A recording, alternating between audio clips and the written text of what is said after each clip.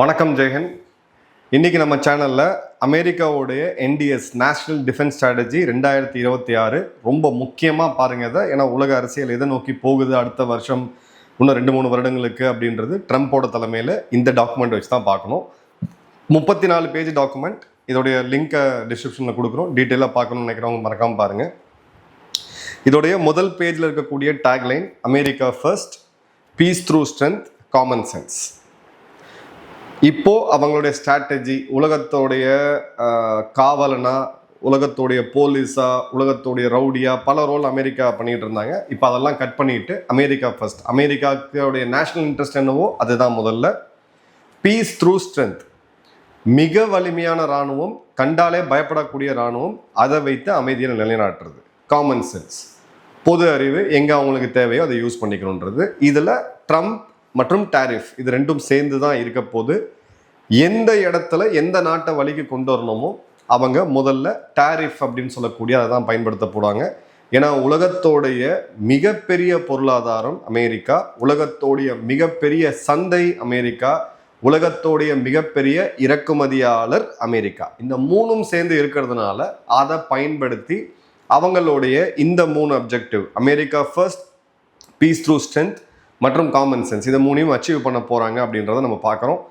So இப்போ வரக்கூடிய நாட்களில் தங்கமாக இருக்கட்டும், வெள்ளியாக இருக்கட்டும், எக்ஸ்போர்ட்ஸாக இருக்கட்டும், ஸ்டாக் மார்க்கெட்டாக இருக்கட்டும், இது எல்லாமே ஒரு ஸ்மூத் லைனில் போக போகிறது கிடையாதுன்றதுக்கான கிளியர் இண்டிகேஷன் இது.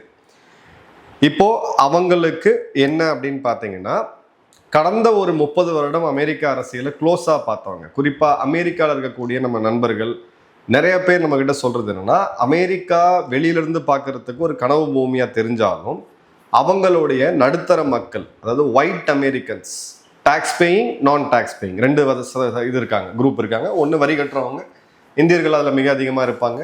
அதே மாதிரி பார்த்தீங்கன்னா வரி கட்டாதவங்க. இவங்களுடைய வாழ்க்கை தரம் அப்படின்றது பெரிய லெவலில் இம்ப்ரூவ் ஆகலை. குறிப்பாக இந்த வரி கட்டாத வெள்ளை அமெரிக்கர்கள் அவங்களுடைய ஆயுட்காலம், லைஃப் எக்ஸ்பெக்டன்சியே பார்த்தீங்கன்னா கிட்டத்தட்ட 20 வருடம் அங்கே இருக்கக்கூடிய வரி கட்டுறவங்களோட கம்மியாக இருக்குது. இது ஒரு முக்கியமான ஃபேக்டர். இன்னமும் 3 கோடி பேர் அந்த நாட்டில், 28 கோடி பேர் ரஃபா மக்கள் தொகை, அதில் 3 கோடி பேர் இன்றைக்கும் வறுமையின் கோட்டு கீழே தான் இருக்கிறாங்க, தெருவில் தான் படுத்து தூங்குறாங்க. அவங்க அரசாங்கங்கள் கொடுக்கக்கூடிய அந்த உணவை நம்பி தான் இருக்காங்க. இது 2வது முக்கியமான ஃபேக்ட். 3வது கலாச்சார சீரழிவு, ஓக்கிசம், இந்த LGBTQ போன்ற இந்த புது புது தியரிஸு அமெரிக்காவை கம்ப்ளீட்டாக ரூயின் பண்ணியிருக்கு. 4வது அவங்களுடைய கலாச்சாரத்தில் இருந்த அந்த அமெரிக்காவுடைய ப்ரைடு அப்படின்றது கொஞ்சம் கொஞ்சமாக காலியாகுது. அந்த இடத்துல அமெரிக்காவுடைய இராணுவத்திலையுமே பார்த்தீங்கன்னா இந்த ஓக்கிசம் போன்ற விஷயங்கள்லாம் மிக பெரிய லெவலில் இருக்குது. அவங்களுடைய போர் திறனும் குறைஞ்சிக்கிட்டு வருது அப்படின்றது ஒரு முக்கியமான பாயிண்ட். 5வது அமெரிக்காவுடைய ட்ரக் கல்ச்சர், சர்வசாதாரணமாக போதைப் பொருள் பழக்கம் அப்படின்றது மிகப்பெரிய லெவலில் இருக்குது. யார் யார்கிட்ட எவ்வளோ காசு இருக்கோ அதை பேஸ் பண்ணி அந்த போதைப் பொருளை பயன்படுத்தக்கூடியது. கூட ஃபெனடைல் போன்ற போதைப் பொருட்கள் சைனாவிலேருந்து வர்றது, கொக்கைனாக இருக்கட்டும், மிகப்பெரிய லெவலில் இருக்குது. மெக்சிகோ மற்றும் கொலம்பியாவுடைய ட்ரக் கார்ட்டல் மூலிமா லட்சக்கணக்கான மக்கள் அங்கே போதைக்கு அடிமையாகி இருக்கிறாங்க. மருந்தே உணவாக வாழ்ந்துட்டு இருக்கக்கூடிய ஒரு கலாச்சாரமாக அமெரிக்கா மாறிட்டு இருக்கு. இப்போ இதை தான் ட்ரம்ப் ஃபோக்கஸ் பண்ணி தாக்குறாரு. இதுக்காக தான் டாரிஃப் பல இடங்களில் பயன்படுத்தப்படக்கூடியது. குறிப்பாக நம்ம இந்த டாரிஃப் எடுத்துன்னு பார்த்தீங்கன்னா கனடாவாக இருக்கட்டும், கொலம்பியாவாக இருக்கட்டும், பல இடங்களில் இதை அவங்க பயன்படுத்துகிறாங்க. ஸோ அமெரிக்காவுடைய இப்போ புது ஸ்ட்ராட்டஜி என்ன அப்படின்னு பார்த்தீங்கன்னா, அவங்களுடைய ஹோம்லேண்ட் செக்யூரிட்டி, உள்நாட்டில் ஒரு நாட்டில் ஒரு புரட்சி ஏற்பட்டு மிகப்பெரிய வன்முறை ஏற்படும்னா அது அமெரிக்கான தான். ஏன்னா அவங்க நாட்டுடைய மக்கள் தொகையை விட அவங்களோட துப்பாக்கிகளோட எண்ணிக்கை, மக்கள் வைத்திருக்கக்கூடிய துப்பாக்கிகளோட எண்ணிக்கை அப்படின்றது அதிகம். 2வது வெஸ்டர்ன் ஹெமிஸ்பியர், மன்ரோ டாக்டரின்னு சொல்லக்கூடிய அமெரிக்காவை சுற்றி இருக்கக்கூடிய 35 நாடுகளை அமெரிக்கா தன்னுடைய கண்ட்ரோலில் வச்சுருக்கணும். சைனாவை அதுக்கு உள்ளே வராமல் பார்த்துக்கணும். அதே மாதிரி இவங்களுடைய கூட்டாளி நாடுகளாக இருக்கக்கூடிய நேட்டோ நாடுகள் அவங்க பாதுகாப்புக்கு அவங்கள அதிகமாக செலவு பண்ண வைக்கணும். அதே மாதிரி இந்த உலகப்போர் 2ல் இருந்த யுஎஸோடைய டிஃபென்ஸ் இண்டஸ்ட்ரியல் காரிடர், உலகத்துக்கு ஆயுதங்கள் கொடுத்துக்கிட்டு இருந்த ஒரு நாடாக அமெரிக்கா இருந்துச்சு, அதை மீண்டும் கட்டமைக்கணும். இதுதான் அவங்களுடைய ஸ்ட்ராட்டஜி. இதுக்காக தான் இனிமேல் எந்த ஒரு நாடு அவங்ககிட்ட நெகோசியேஷன் பண்ணணும், இந்தியாவாக இருந்தாலும் சரி, யாராக இருந்தாலும் சரி, இதை பேஸ் பண்ணி தான் அவங்க நகர போகிறாங்க அப்படின்றத பார்க்குறோம். இப்போ இந்த NDS அப்படின்றது 2025 நேஷனல் செக்யூரிட்டி ஸ்ட்ராட்டஜி அவங்க பப்ளிஷ் பண்ணியிருந்தாங்க, 47 பேஜ். அதோடைய ஒரு டெரிவேட்டிவ் மன்ரோ டாக்டரைனை இன்னும் அப்டேட் பண்ணியிருக்கிறாங்க. அமெரிக்காவோடைய இன்ட்ரெஸ்ட் அப்படின்றது ஃபர்ஸ்ட், அமெரிக்காவை சுற்றி இருக்கக்கூடிய 35 நாடுகளில் எந்த நாடும் இன்ஃப்ளூயன்ஸ் பண்ணக்கூடாது அப்படின்றது செகண்டு. சைனாவோடைய அந்த வளர்ச்சியை பொருளாதார ரீதியாகவும் சரி இராணுவ ரீதியாகவும் சரி அதை தடுக்கணும் அப்படின்றது அவங்க 3வது ப்ரையாரிட்டி. இப்போதான் கிளியராக அவங்களுடைய குளோபல் லிபரல் ஆர்டர், அதாவது உலகத்தில் இருக்கக்கூடிய ஜனநாயகம், எந்த நாட்டில் ஜனநாயகத்துக்கு எதிராக போனாலும் அங்கே போய் இறங்கி அதை நாங்கள் காப்பாற்றுவோம்னு சொல்லி கல்ஃப் வாராக இருக்கட்டும், லிபியாவாக இருக்கட்டும், சிரியாவாக இருக்கட்டும், ஈராக்காக இருக்கட்டும், பல நாடுகளில் இவங்களோட இன்டர்ஃபியரன்ஸை பார்க்க முடிஞ்சுது. இனி அது நடக்க போகிறது கிடையாது. அவங்களுடைய நலனை தான் அவங்க ஃபர்ஸ்ட் வந்து கிளியர் கட்டாக எடுக்கிறாங்க. ஸோ இது வந்து ஒரு இன்ட்ரெஸ்ட் சென்ட்ரிக் ஃப்ரேமிங் அப்படின்னு நம்ம சொல்லுவோம் ஆங்கிலத்தில். அவங்களுக்கு எங்கே இடத்துல தேவையோ அந்த இடத்துல மட்டும் ஜனநாயகத்தை காப்பாற்றும் இதுன்னு சொல்லுவாங்க. இப்போ சமீபத்தில் பார்த்தீங்கன்னா பங்களாதேஷ். அடுத்தது பார்த்தீங்க அப்படின்னா இந்த டிபார்ட்மெண்ட் ஆஃப் டிஃபென்ஸை டிபார்ட்மெண்ட் ஆஃப் வார் அப்படின்னு பேர் மாற்றிருக்காங்க. நிச்சயமாக நாம் இது கண்டிப்பாக பண்ணணும். அமெரிக்காவிலேருந்து சில விஷயங்கள் கற்றுக்கிட்டு தப்பே கிடையாது. நம்மளது பாதுகாப்பு துறைன்னு இல்லாமல் போர்த்துறை அப்படின்ற அந்த பேரை மாற்றத்தை கொண்டு வரணும். ஏன்னா அப்போ தான் நம்ம ரியாலிட்டிக்கு வருவோம்.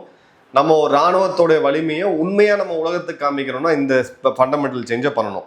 இப்போது 4 மிக முக்கியமான பில்லர்ஸ் இந்த ஸ்ட்ராட்டஜியை பொறுத்த வரைக்கும் பார்த்தீங்கன்னா, அதாவது அமெரிக்காவுடைய ஹோம்லேண்ட் அவங்க உள்ளுக்குள்ளே அதை டிஃபெண்ட் பண்ணணும் ஃபஸ்ட்டு. அங்கே இல்லீகலாக குடியுரிமை பெறக்கூடியவங்களை, அதே மாதிரி ஒரு க்ளோஸ்டு சொசைட்டியாக அமெரிக்கா குடியுரிமைனா அவங்க டேர்ம்ஸில் போகக்கூடிய மக்களுக்கு மட்டும்தான் அது இருக்கணும் அப்படின்றதுல ஃபஸ்ட்டு. சைனாவை டிட்டர் பண்ணணும். அந்த 37 வெஸ்டர்ன் ஹெமிஸ்பியர் நாடுகளுக்கு உள்ளே வராமல் டிட்டர் பண்ணணும்.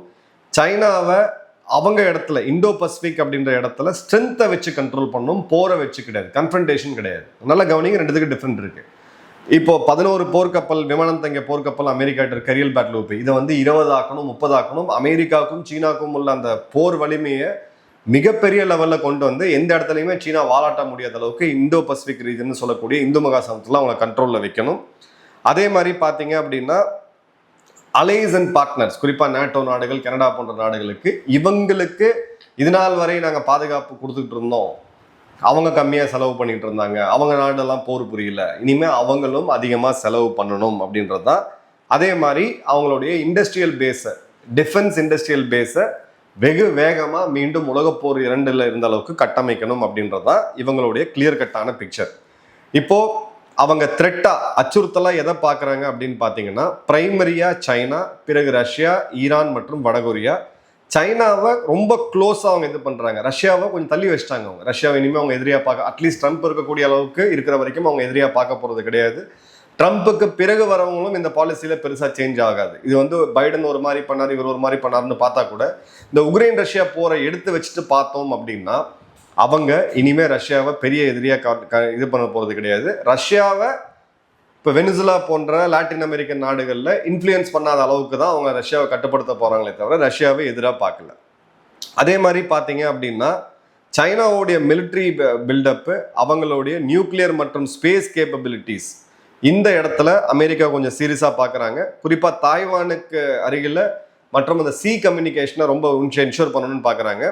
பட் இந்த இடத்துல அவங்க ரொம்ப தெளிவாக பார்க்கறது சைனாவை. ஏன்னா வடகொரியாவை அவங்களால கட்டுப்படுத்த முடியுது, ஈரானை கிட்டத்தட்ட ஒன்றுமே இல்லாமல் பண்ணிட்டாங்க.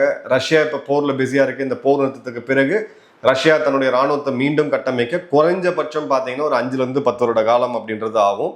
ஸோ இந்த இடத்துல ரொம்ப தெளிவான இது பார்த்தீங்க அப்படின்னா இந்தியாவுக்கு எங்கே வருதுன்னா டிட்டர் சைனா இந்த இண்டோ பசிபிக். இதில் சீக்கிங் ஸ்ட்ரென்த் நாட் கன்ஃபரன்டேஷன், அதாவது ஐடியாலஜிக்கலாக போகக்கூடாது, சண்டை வேண்டாம், சித்தாந்த ரீதியாக இது கேபிட்டலிஸ்ட், இது கம்யூனிஸ்ட். ஏன்னா அமெரிக்காவுடைய வரலாற்றில் எப்பயுமே சோவியத்துக்கு எதிராக அந்த capitalist communist east versus west narrative தான் அவங்க பண்ணிட்டு இருந்தாங்க. இப்போ அது மாறிடுச்சு. எந்த ஐடியாலஜியில் வேணால் நீ இருந்துட்டு போ, நீ வந்து இஸ்லாமிய ஐடியாலஜியில் இரு, நீ வந்து இந்த கம்யூனிஸ்ட் ஐடியாலஜியில் இரு, இல்லை நீ சோஷியலிசம் ஐடியாவில் இரு, அது விஷயம் கிடையாது. காம்படிஷனாக எனக்கு நீ நெருங்கி வர அப்படின்னா அந்த இடத்துல உன்னை கட்டுப்படுத்தணும் அப்படின்ற போது ஸ்ட்ரென்த் வைக்கணும், கன்ஃபரன்டேஷன். ஸோ அமெரிக்கா சீன ராணுவத்தை போய் தாக்கிறதுக்கான அந்த முடிவை எடுக்கலை, தாக்கவும் போகிறது கிடையாது. ஆனால் அவங்களுடைய வலிமையை மிகப்பெரிய லெவலில் கொண்டு வர போகிறாங்க அப்படின்னு பார்த்துட்டு, அதே மாதிரி military over match against China, இந்த 2 ராணுவத்தையும் சேர்த்து பார்த்தீங்கன்னா அமெரிக்கா கிட்ட சைனா இப்போ கூட நினைச்சாலும் நெருங்கவே முடியாது.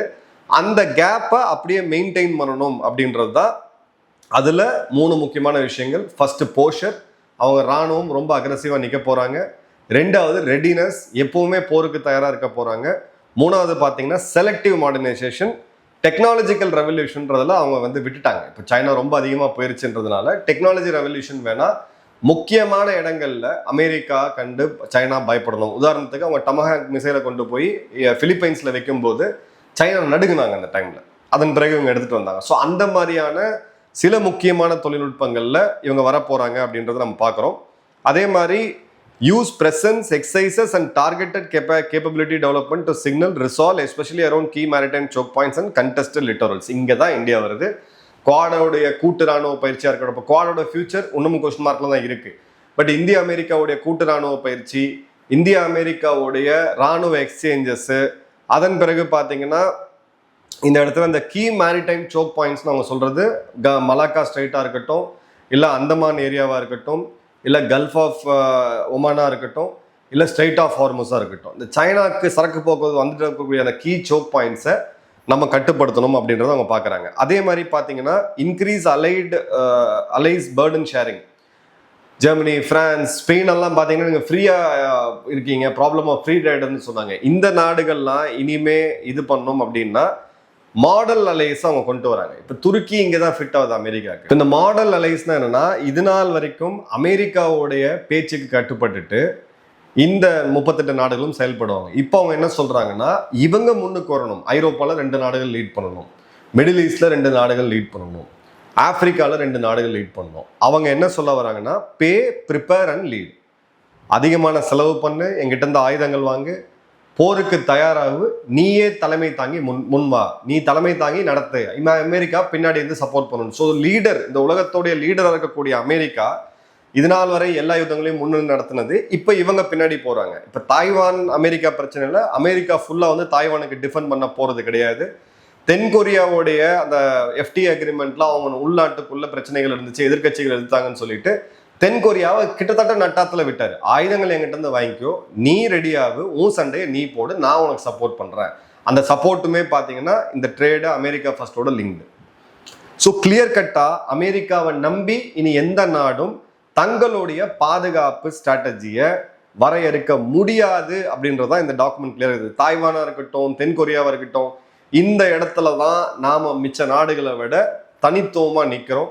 இந்தியாவுடைய யுத்தங்களை நம்ம வீரர்கள் தான் நம்ம போட்டிருக்கோம். இது வரைக்கும் வெளிநாடுகளை நம்பி நம்ம இருந்தது கிடையாது. அஃப்கோர்ஸ் ஆயுதங்கள் எல்லா நாடுகளும் மாதிரி நம்ம நாட்டும் சில ஆயுதங்கள்லாம் வாங்கியிருக்கோம். பட் ஆயுதங்கள்லையுமே தன்னிறைவை நோக்கி இந்தியா நம்ம போயிட்டு இருக்கோமே தவிர, நாளைக்கு அமெரிக்காவை நம்பியோ இல்லை அமெரிக்கா கப்பம் கட்டியோ நம்ம உட்காந்துட்டு இருந்தோம் நட்டாத்துல தான் இன்னைக்கு நின்றுட்டு இருந்திருப்போம். ஜப்பான், தென்கொரியா, பிலிப்பைன்ஸ், தாய்வான், கல்ஃப்ல இருக்கக்கூடிய நாடுகள், சவுதி, கத்தார், UAE, இதுல மிடில் ஈஸ்ட்ல இருக்கக்கூடிய நாடுகள் தாண்டி நீங்க அப்படியே மேல போங்க, ஐரோப்பால இருக்கக்கூடிய நாடுகள், இது எல்லாமே இனி அமெரிக்காவுடைய கேரண்டியை நம்பி இருக்க முடியாது. அவங்க பாதுகாப்பை அவங்க தான் பார்க்கணும், அவங்க தான் லீட் பண்ணணும், அவங்க தான் ரெடி ஆகணும். ஆயுதங்கள் மட்டும் அமெரிக்கா கொடுக்கும். அதற்கான ஆயுதங்களுக்கு உண்டான டிஃபென்ஸ் காரிடரை அவங்க டெவலப் பண்றாங்க.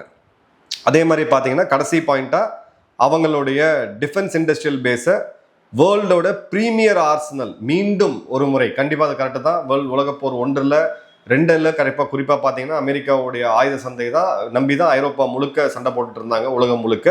ஸோ அந்த இடத்துல அவங்கள வந்து கீழே கொண்டு வரணும். அதே மாதிரி பார்த்தீங்கன்னா டெக்னாலஜி இனோவேஷன் கேப்பபிலிட்டியில் அவங்க வந்து என்ன சொல்றாங்கன்னா, சைபர், மிசைல் டிஃபென்ஸ் மற்றும் AI space, electro magnetic spectrum.